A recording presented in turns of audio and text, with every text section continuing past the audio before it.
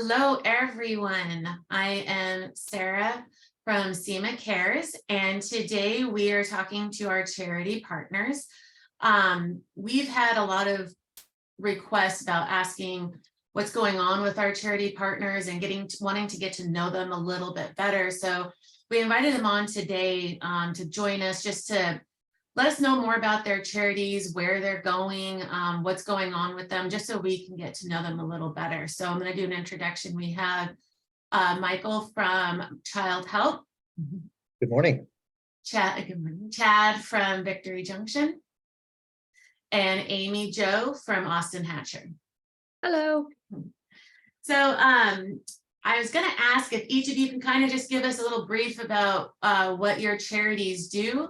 And then I think we can kind of just have an open discussion about like what's going on, and a little bit more about what your charities are doing and moving forward, and how SEMA helps your charities, or how we can help moving forward, or any of the companies watching, just kind of what you need from us. And I know we always have a lot of discussions,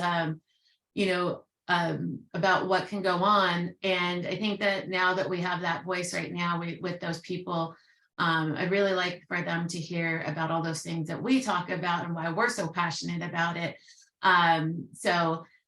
Michael, if you can start off telling us about Childhelp in a few minutes, and we'll go, and then we'll just kind of go around the screen, and then we can go from there. Sure. So Childhelp is the nation's largest and oldest national nonprofit organization dedicated to the prevention, intervention, and treatment of child abuse. So we're getting ready to enter our 65th year. So we've been in operation for 65 years.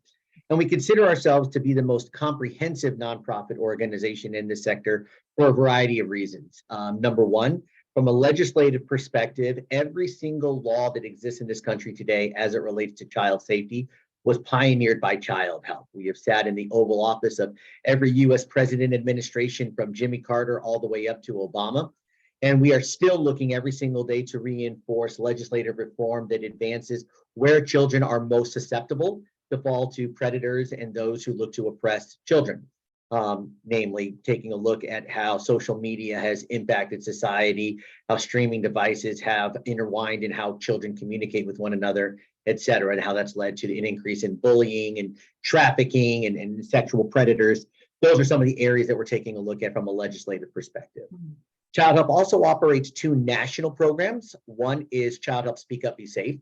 Childhelp Speak Up, Be Safe is the only evidence-based prevention education curriculum on the market today, designed to educate students pre-K through 12th grade, not just on the signs and symptoms of abuse, but more importantly, what to do when they witness or experience abuse. And we couple that with our other national program, the Childhelp National Child Abuse Hotline.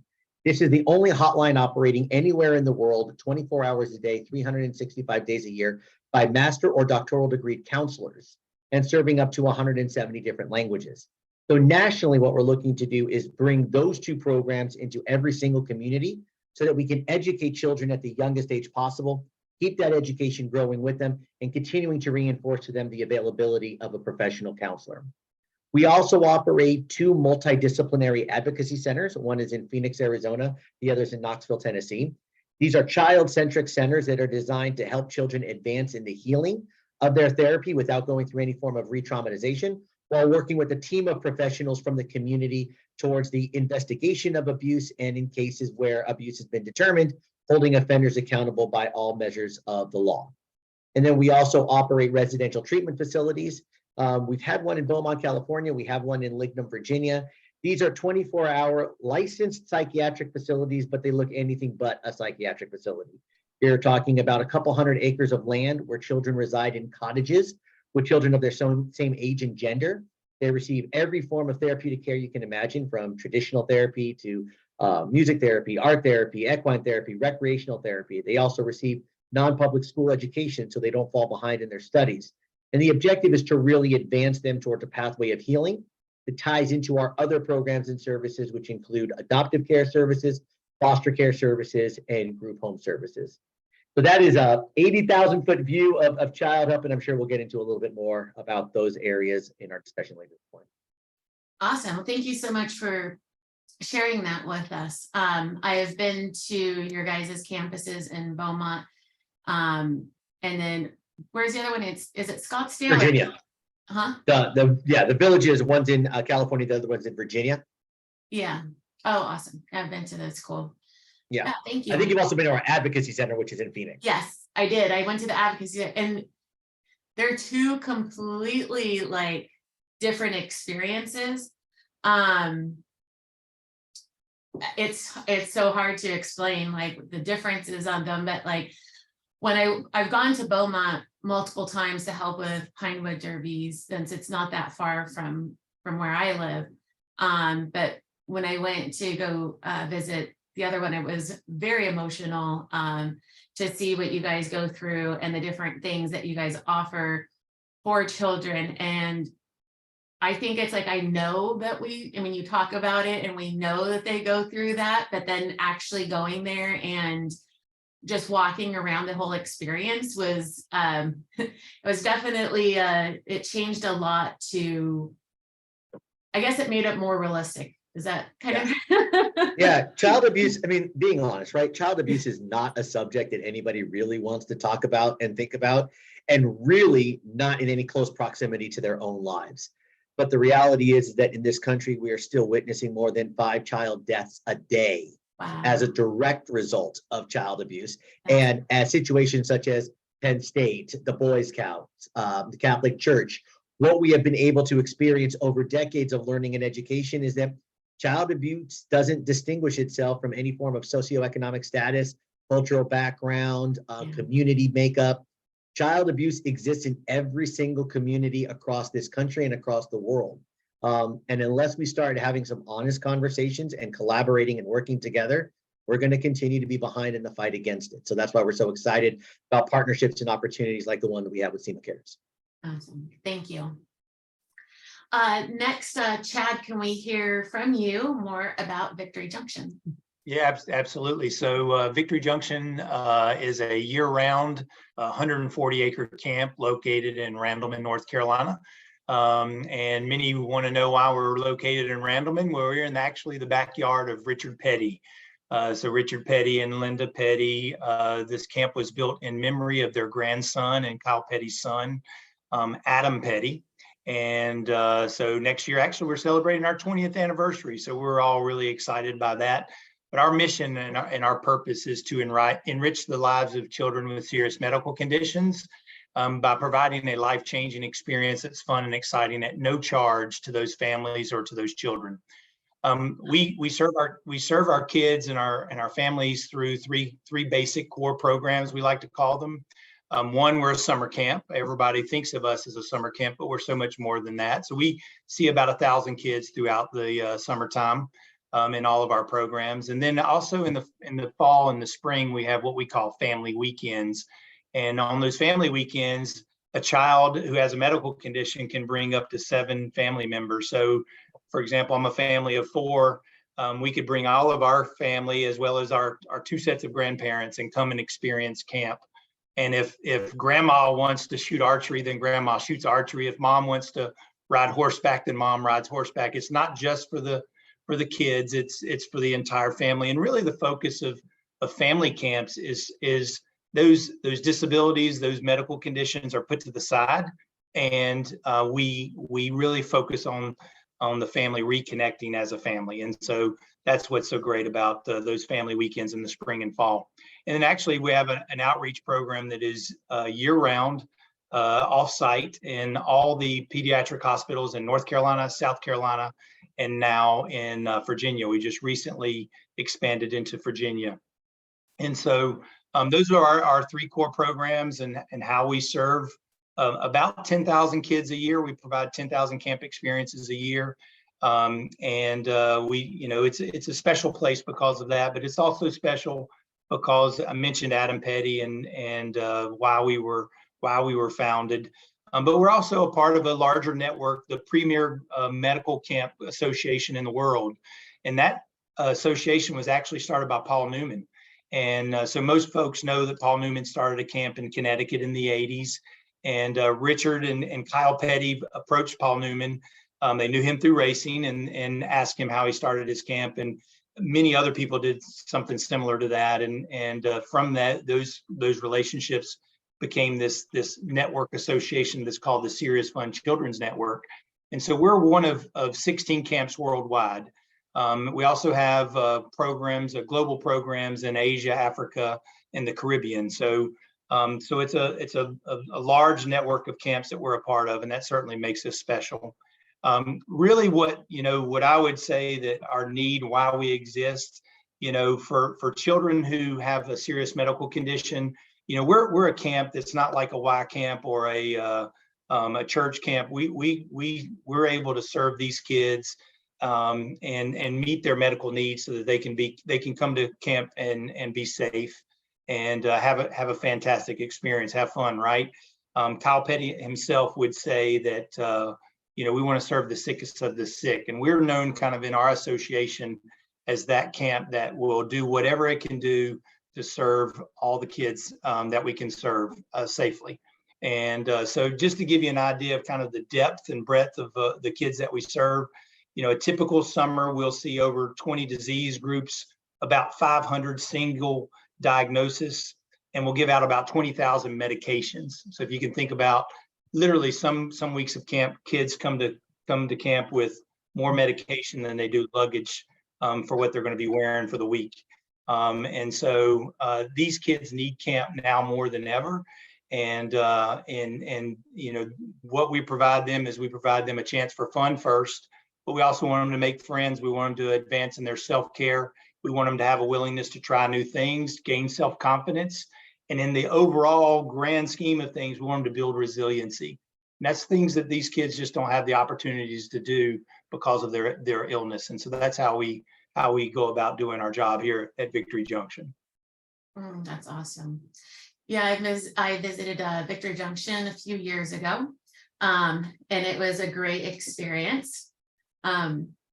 I went and toured and got to see all the different things that you guys offered, but I do have to say at dinner time when all the kids were, after they ate, they were all singing and dancing. It was so much fun, and just to see those kids having a great time and connecting with each other was like super rad to see. And just I don't know, I couldn't stop smiling and enjoying just the kids and how happy they were. It was super exciting. And I have to say that I do love your guys' campus very, very much. Well, thank you for that. Well, and we track first here, and we don't think, for those of us who were able to go to camp and went to many camps over the years, don't think about it. You just take things for granted. Yeah. And for us, we track first, and it's always humbling for me we call them golden tickets. I mean, we read the golden tickets at the end of the week, and how many that I go through and I'll see that say, hey, I made a new friend. And, these are kids 6 to 16 years old. They may be 12 years old. I had a father once tell me, he said, this is the first time I can remember my son coming home and telling me that he made a new friend, and he was 12. And so that's pretty humbling. And dance parties are a big part of where we make all that happen. So thanks for sharing. Yeah, thank you. Now we have Amy Jo from Austin Hatcher. Amy, can you tell us a little bit more about your guys' foundation? Yes, of course. Yes, so I'm Amy Jo Osborne. So the Austin Hatcher Foundation is going into its 17th year. So Austin Hatcher Osborne was my husband and I's first son, who passed away in 2006 to just a very rare form of childhood cancer. In that journey of being diagnosed with pediatric cancer, we realized that there was just a gap of services outside of medical treatment and thriving through the journey of pediatric cancer. And so our organization's mission is to erase the effects of childhood cancer. And so what that means is we are comprehensive coordinated care and a holistic approach for not only the child that is diagnosed, but for the entire family. So when a child is diagnosed with cancer, that whole entire family is affected in some way. If it's a parent having to maybe even quit their job to be able to be in the hospital next to their child. So of course, income is hard. We've got siblings who are dealing with that feeling of neglect, even though they're not. It's just that other child takes time to be able to go through that healing process. So what we do is we have a 33,000 square foot facility in Chattanooga, Tennessee, but we travel all across the country. We're a national 501c3, and we do different services provided at no cost. We don't bill insurance. It's not something, again, kind of like the other two organizations. It's no matter where you are in your life, socioeconomic status, it is something that these services are provided for their lifetime and at no cost. And so it can be, we've got marriage counselors, we've got individual counselors, we've got psychologists, we do music therapy, art therapy. And a big part of what we do internally also is our industrial arts therapy, which is where we incorporate and actually do from a small build, like we can disassemble and assemble engines using occupational therapy, hand-eye coordination, all the way up to vehicle builds. And so those of you watching, you might have been some of our partners in some of the builds that we do. It is a way that we incorporate builds into our therapies at the same time using them as a fundraiser. We also have an outreach program where we are teaching kids K through 5th grade how to prevent cancer later in life. And those are 4 different risk factors. Where we're in the school systems teaching all about preventative rather than being a crisis center. We partner with different race car drivers, and we're the official charity of IMSA as well. So we travel all across the country with all the different races and bring out race car drivers to the local children's hospitals to do diversionary therapy. And that is just bringing a diversion to where they are in life.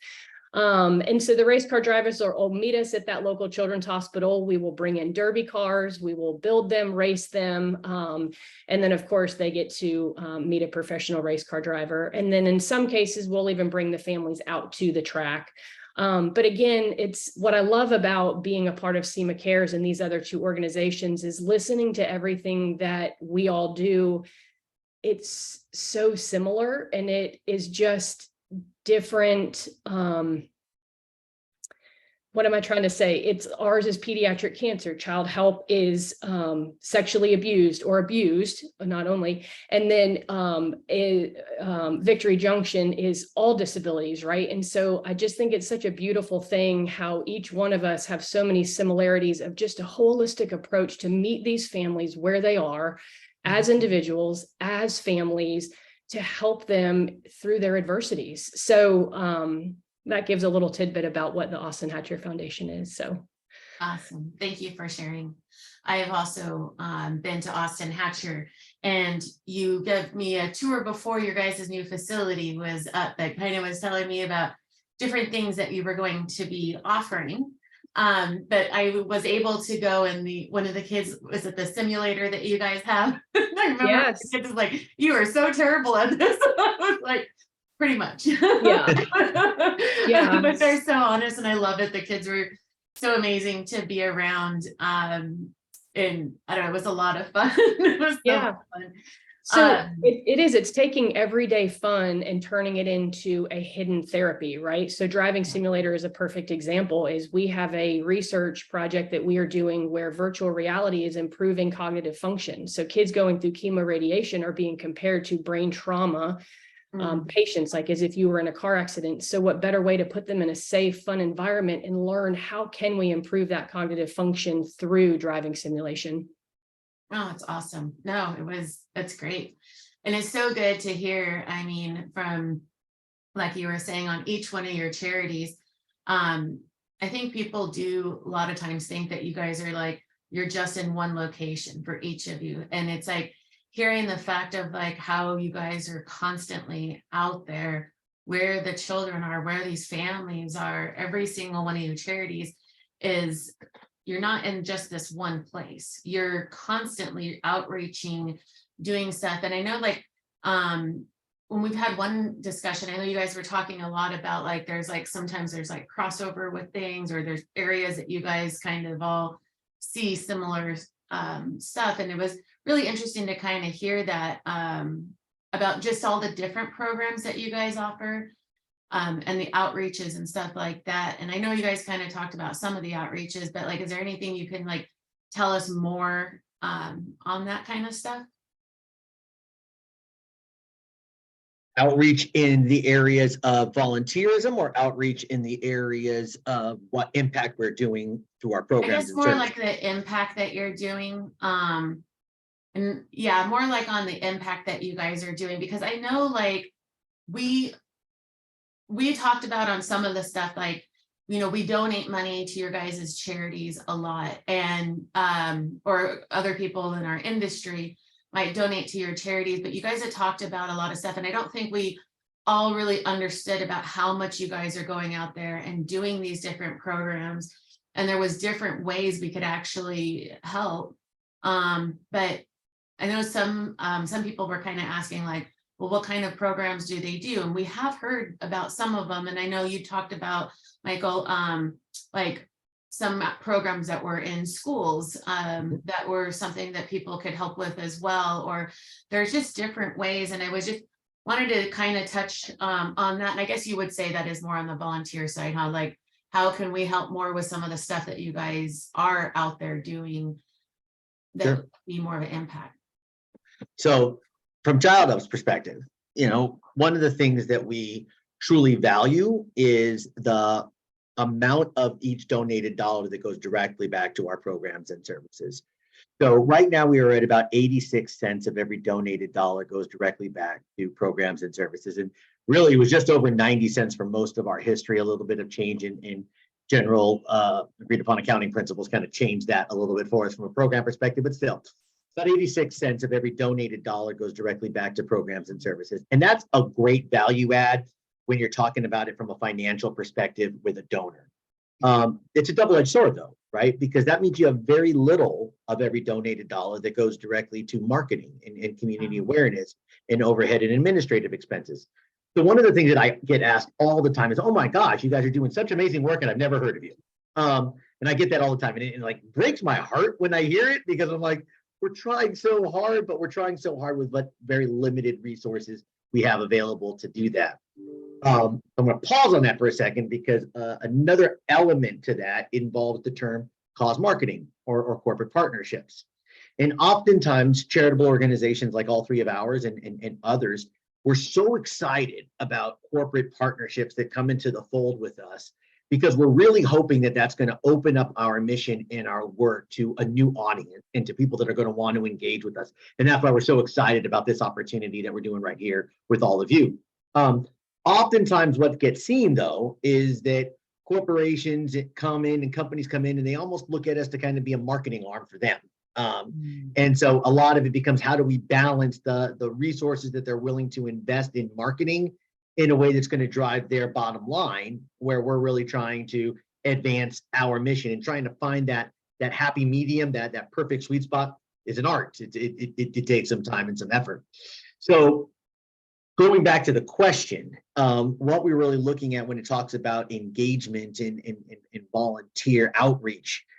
One, as I mentioned earlier, we have 2 national programs. And so both of our programs touch every single community across the country. What we really want and what we're really looking for is help and assistance in bringing awareness of those programs into more communities across America and determining how those communities can adopt those programs.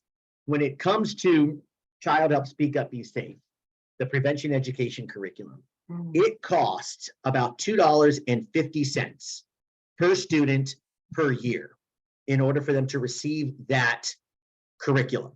In addition, as I mentioned earlier, they're constantly reinforced about the awareness of our counselors on a hotline. That hotline costs, in connection with that curriculum, about another $5. So anywhere between $5 to $10 per student is what the cost would be to bring both of those programs, available 24 hours a day, 365 days a year, into communities across America.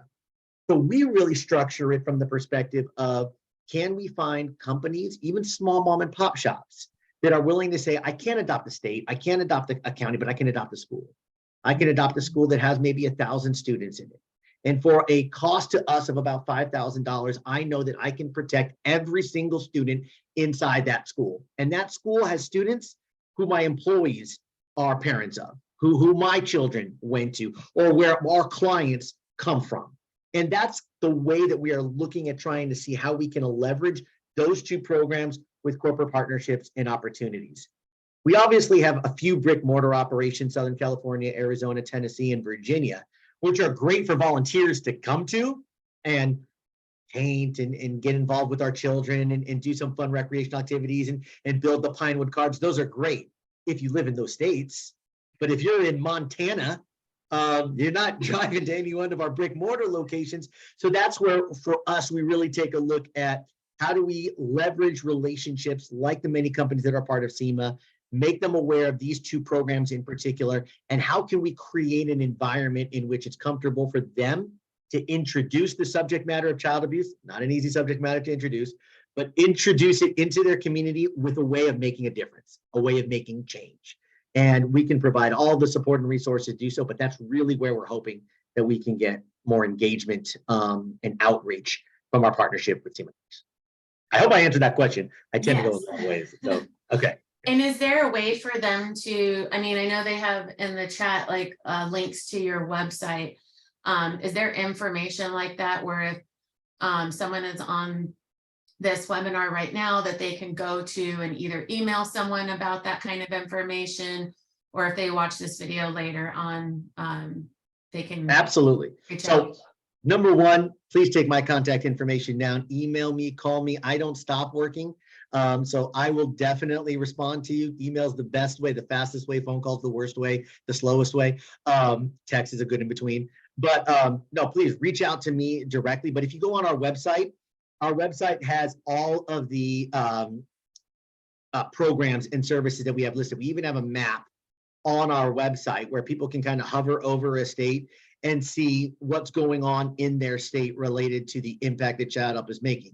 Now, in those states, like I'm going to use Montana again. So for those of you that are watching from Montana, not just because I love you, but I'm going to use Montana. You know, obviously there's no brick mortar. So you're going to be learning about subs, which is what we affectionately call Childhelp Speak Up, Be Safe, or the hotline. So that you're going to learn about those, but you could reach out to our program staff. All of our contact information is right there on the website, but please reach out to me personally, and I will definitely make sure that we talk through what's comfortable for you.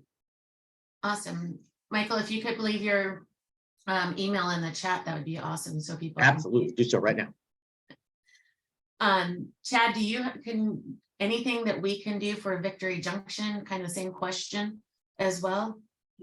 Yeah, absolutely. So because of our founding and who founded us, the Petty family and NASCAR and that type of thing, you know, we've got a larger footprint than most camps, and that's you know, something that we're real proud of, is that we've served kids from all 50 states and 4 separate countries.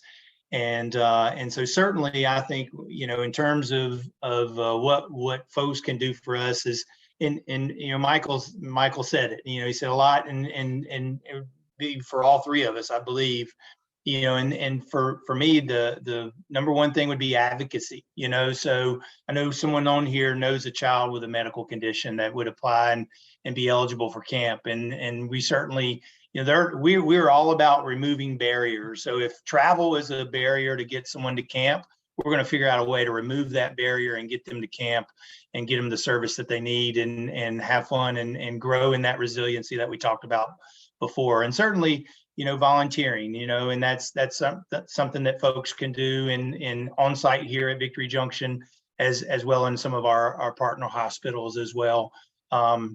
But you know, that's the main thing that folks can do for us, and just to be aware of us, be aware that we're a part of a larger network of camps. There's 9 in the United States. You know, it didn't matter if you come to Victory Junction or if you go to one of our sister camps. The point is that a child that could use the service is going to get it, and that's what we're all about. That's awesome. And same thing, can they reach out to you or have a way to get more information on the other ways to volunteer or to help? Absolutely. I'll do the same thing. I'll drop my contact info in the chat box. Awesome. Thank you, Chad. Thank you. Yes, thank you. Amy Jo. Yes. So I have the same question for you, but I also know that you guys do SEMA builds every year. And so I kind of wanted you to talk about those a little bit as well. Yeah, absolutely. So yes, I mean, just as Michael and Chad both said, there's great points in both. Money going in, right? You want it to go exactly towards services, right? And so we too are at the 81.82 cents per dollar. And just that marketing, we've never paid a marketing dollar, right? And so it is something that it does not matter where anyone gets treatment. We're the only psychosocial facility in the nation that provides these types of services for their lifetime. There are ways that we're working with governmental affairs team to be able to help lift mental health counseling across state lines for COVID. When COVID hit, they actually lifted all of those. So no matter where our counselors live, they could help do one-on-one psychotherapy virtually. That has then shut down. So ours are licensed within the Southeast, but we would love to work with the government on getting that to where, again, if there is a child who we might have met at one point in Tennessee and they moved to California, and to be able to continue that care. But of course, being able to volunteer like that, we travel all across the country at all the different races. Just like those two said, we work all the time, right? We work because we are so passionate about what we do. But yes, a big part of what we do is our industrial art builds. And like I said, I mean, it could be, we just were donated a Triumph TR7, right? Then we have a Hadaka dirt bike. We're building a Factory 5. We are doing builds all the time. And I think one thing that would be fantastic is for SEMA to also know, and all the members to know, is pretty much everyone that's going to be at SEMA and have something on display is going to have a vehicle that they're upfitting, right, with their parts. We'd love to be that for you. Let us, be, and let our families be a part of their therapy program to upfit the vehicle that you want to have on display. It could be something that obviously we've had companies bring their vehicles into our auto shop and we do it there. Of course, when we're looking at different builds, we're going to need parts from an engine all the way down to a spark plug. And so anybody that would ever want to be involved or has a concept that they want to do, we have full-time staff, paint booth, everything literally from zero to execution. And, obviously we've done about 18 builds now from, we were asked to do a build for Ford 2 times. Ended up winning a design award, which was really exciting. And so I know sometimes it's hard to have the concept of, oh my gosh, how am I going to have a car on display at SEMA that these kids have built? But the reality is it is just such a great way to see them in life and the adversities that they're facing in their day, and then given a project that they can work on where they're using their skill sets to be able to accomplish something. And it's just a beautiful thing at the end. And then, of course, I think the other two would say the same, just like marketing. The reality in life is empowering everybody, no matter where they are. They don't have to be in a city that maybe is next to one of these, of the us three having a brick and mortar.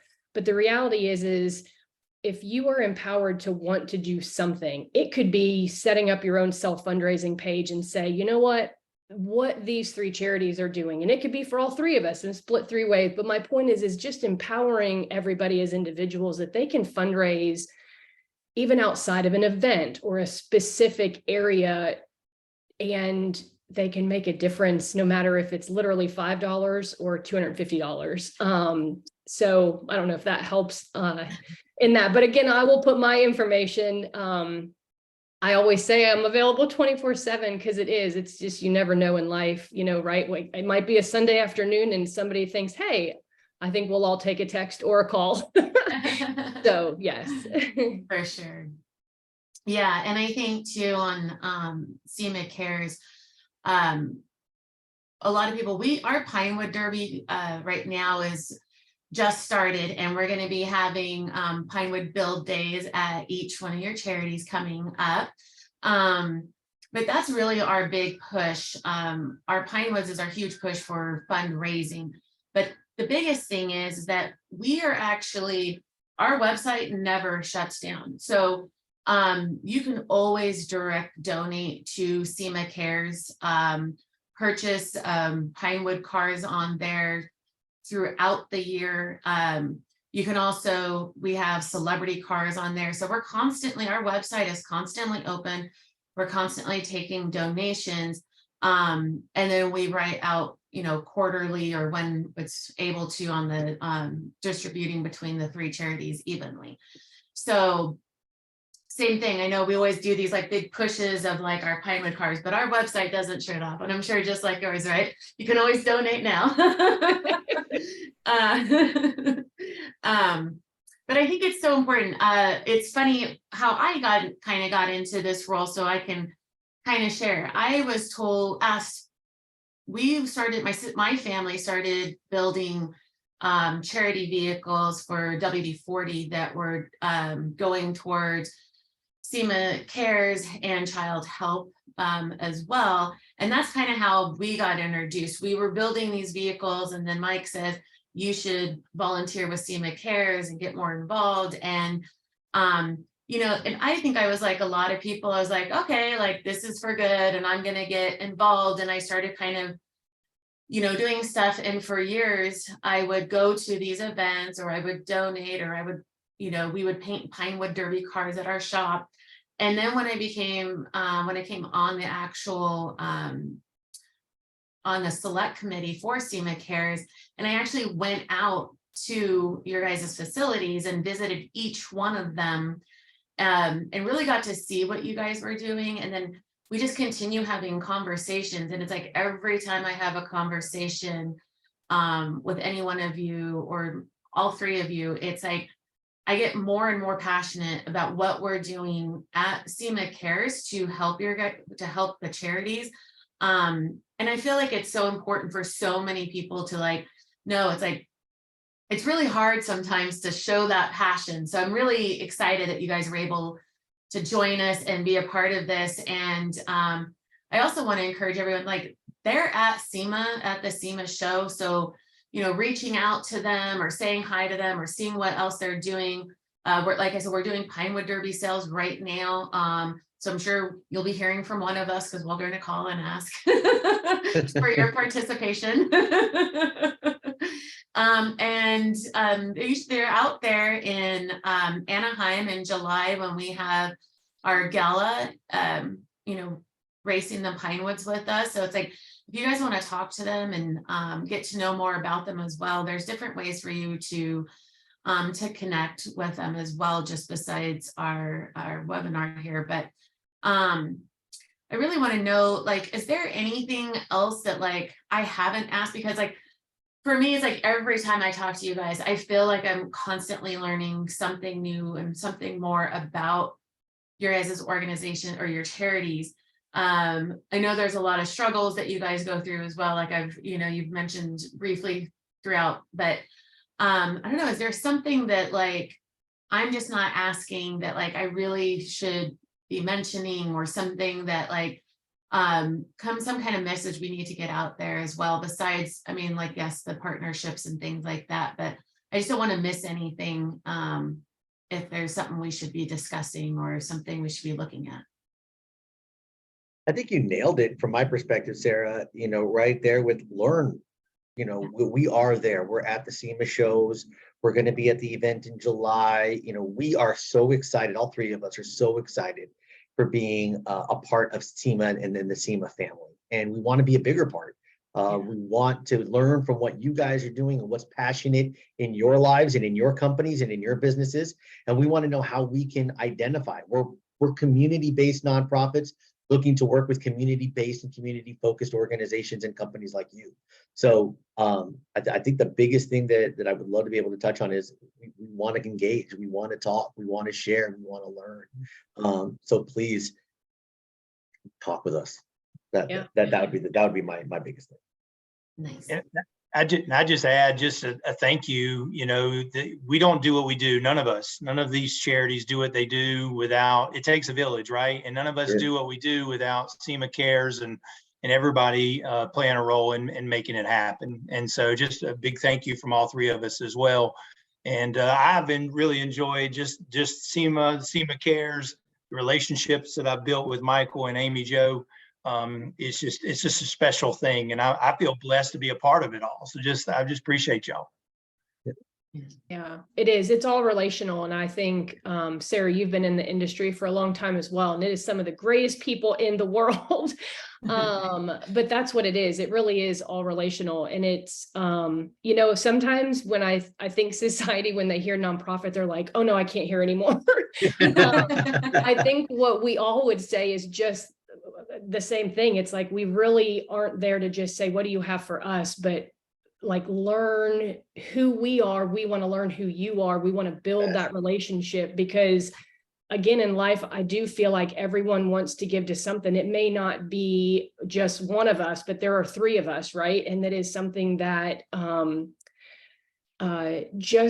you never know when you might need the services that any one of us also provide. You might have a friend who is diagnosed. You may have a friend's niece or uncle, or, so anyways, just again, to dive in and just really build that relationship, and you giving us this platform has been just phenomenal. And so, yeah, I mean, to kind of just reiterate, just as a thank you, and giving us this opportunity to share, because again, sometimes it's like, give to SEMA Cares, and you don't really know who's behind SEMA Cares.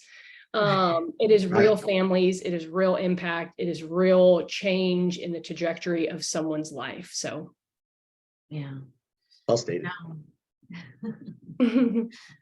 Well, yes, and you're right. I think all of us know some family out there that can either benefit or has benefit from one of your charities. And I don't think that sometimes we realize that we are surrounded by that on a constant or in a daily, until we see it directly, I guess, on us sometimes. Like, but I go out to like my friends' houses and I see things, and I'm around their kids, and I start to realize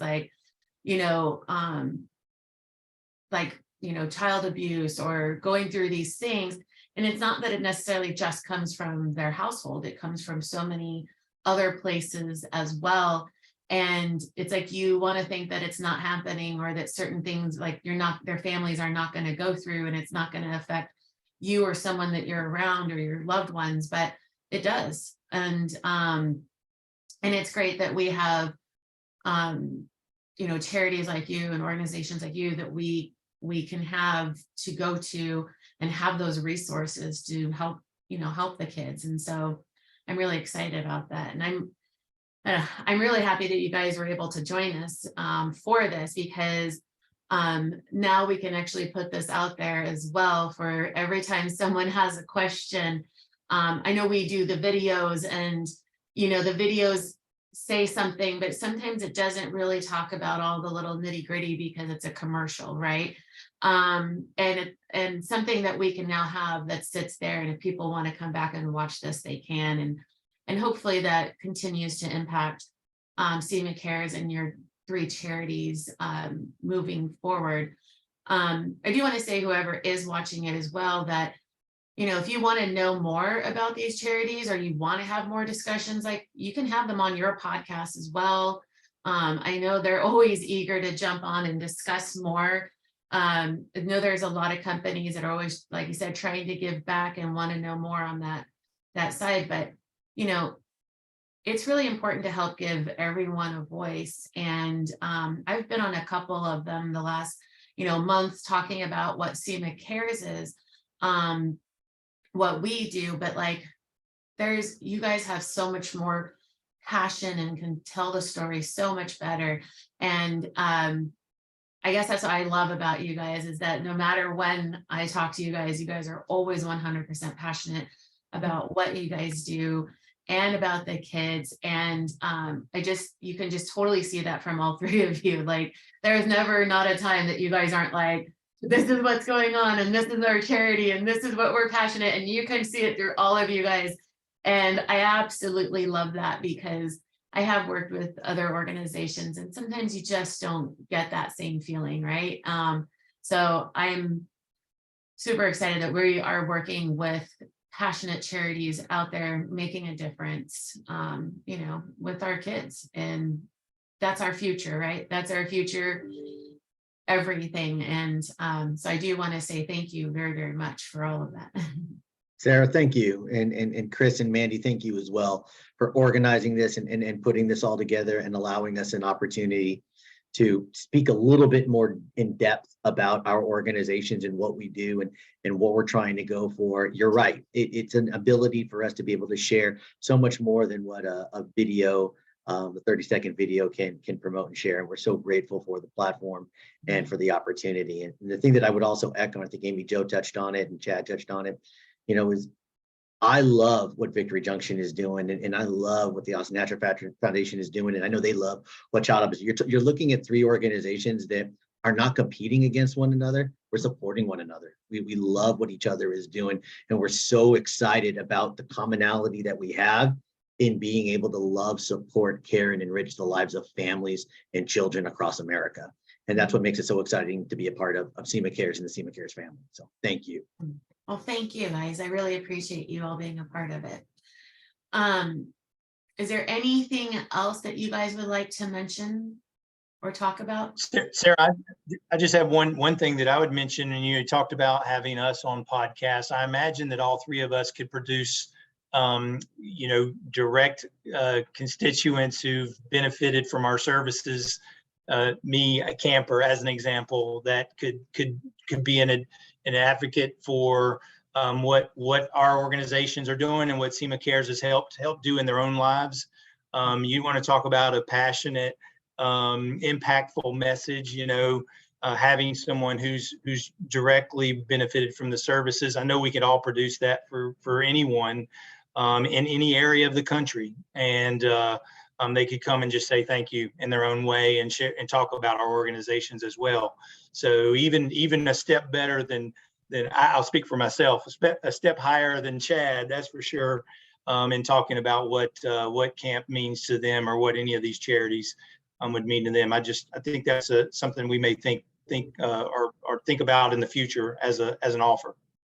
I think that would be awesome, because anything we can do to help promote and show what the impact is, we're all about it. So if we can get anything like that, we'd be definitely willing to put that out there and get that information. So that's a great suggestion, Chad. I love it. Thank you.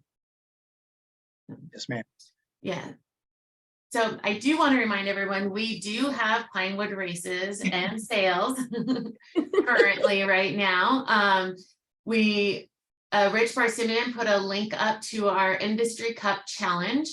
The Industry Cup Challenge is for companies within our industry that can purchase a car for $1,000, and they race against each other for a Stanley Cup style race. At the end, it's a bracket style racing, and at the end we have a large trophy that you get to take to your facility and put it up at your company, in your lobby, or wherever you want to put it, and your name is engraved and put on the trophy, and that trophy travels with all the winners throughout the year. So that one is huge for our industry. And then we have our individual cars, which are the ones that we send out to all three of our charities, and they have the kids paint them and decorate them, and it's really actually special days to go to those Pinewood build days. And those are the Build It For Me cars.